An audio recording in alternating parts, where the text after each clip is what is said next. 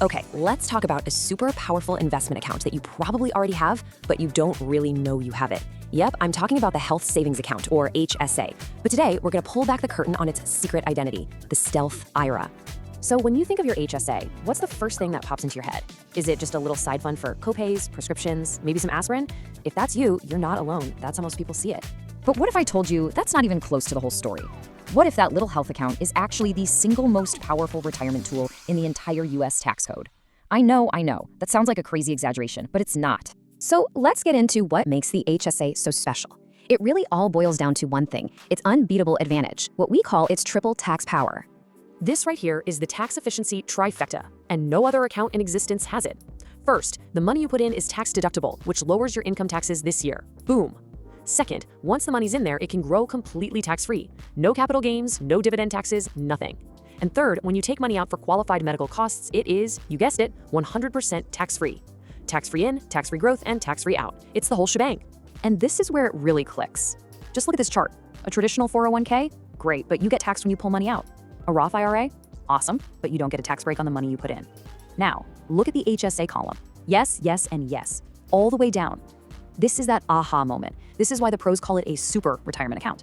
Okay, so that's the why. But how do you actually turn this from a simple health account into a wealth building machine? Well, it all comes down to one brilliant little strategy, the receipt vault. This is the real secret sauce for unlocking all that tax-free growth. Now get ready for this, because this is the part that blows people's minds. It's called the Shoebox strategy. Here's how it works. You pay for your doctor's visit or prescription today with your own money, a credit card, whatever, not your HSA card. Then you save that receipt. And here's the kicker. The IRS has no time limit on when you can pay yourself back for that expense. We're talking years, even decades later. Your old receipts basically become tax-free IOUs from your future wealthier self. It's amazing. Let's make this real. Let's say you have a $200 medical bill this year. You pay it out of pocket and just leave that $200 inside your HSA, invested in a simple S&P 500 index fund. Fast forward 10 years, maybe that $200 is now worth $400.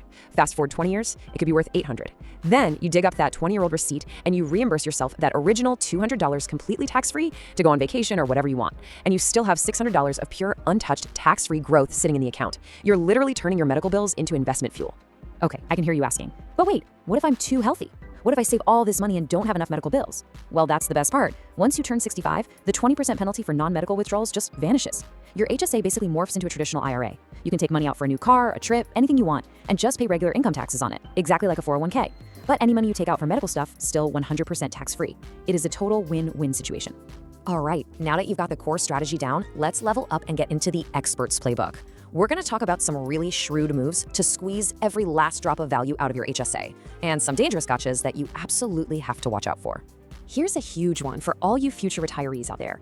Most people have no idea you can use your HSA funds completely tax-free to pay for your Medicare Part B and Part D premiums. Think about it. These are costs you're going to have in retirement, so being able to pay them with tax-free dollars is a massive advantage. Just a quick note, this doesn't apply to Medigap plans, which are those supplemental private insurance policies. The list of things you can use an HSA for is also way bigger than you'd think. We're talking about everyday stuff like sunscreen, as long as it's SPF 15 or higher. All menstrual products are now covered too. It gets even wilder. With something called a letter of medical necessity from your doctor, you can buy health tech like an Oura ring. Heck, even travel and hotel costs for specialized medical care can be eligible. Okay, everyone, lean in for this one. This is without a doubt the single biggest trap with an HSA. Who you name as your beneficiary is absolutely critical. If you name your spouse, it's perfect. The HSA just becomes their HSA, all tax advantages intact. But, and this is a huge but, if you name anyone else, like one of your kids, the account basically explodes. The entire balance becomes taxable income to your child, all in 1 year. It's a tax bomb. The pro move here? Leave your kids a more heir-friendly account, like a Roth IRA, and plan to use your HSA during your own retirement. And here are 2 more quick hitters to avoid. First, the Social Security trap. You have to stop putting money into your HSA 6 months before you apply for Social Security.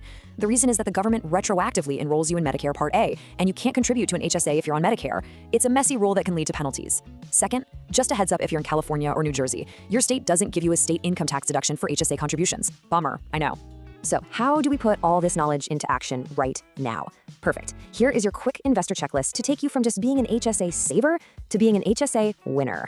First, I want you to look at this number, 7.65%. What is that? Well, that's the FICA tax, Social Security and Medicare, that gets pulled from every paycheck. And there is one simple move you can make that lets you completely sidestep this tax on every dollar you put into your HSA. So here's the checklist. Number 1, invest everything. Your HSA provider probably makes you keep a small cash minimum, like $1,000. Every single dollar above that should be swept into a low-cost index fund. Don't let cash just sit there. Number 2, go digital. Turn off those paper statements. They often come with little monthly fees that'll just eat away at your returns. And number 3, this is the big one, always contribute through your employer's payroll deduction. This is the magic move. It's how you get your regular income tax deduction and bypass that 7.65% FICA tax. That's an instant, guaranteed return on your money. So what's the big takeaway from all of this? Your HSA is not some boring little account for medical bills. It is a strategic wealth-building powerhouse hiding in plain sight. It's time to stop just saving in your HSA. It's time to start winning with it.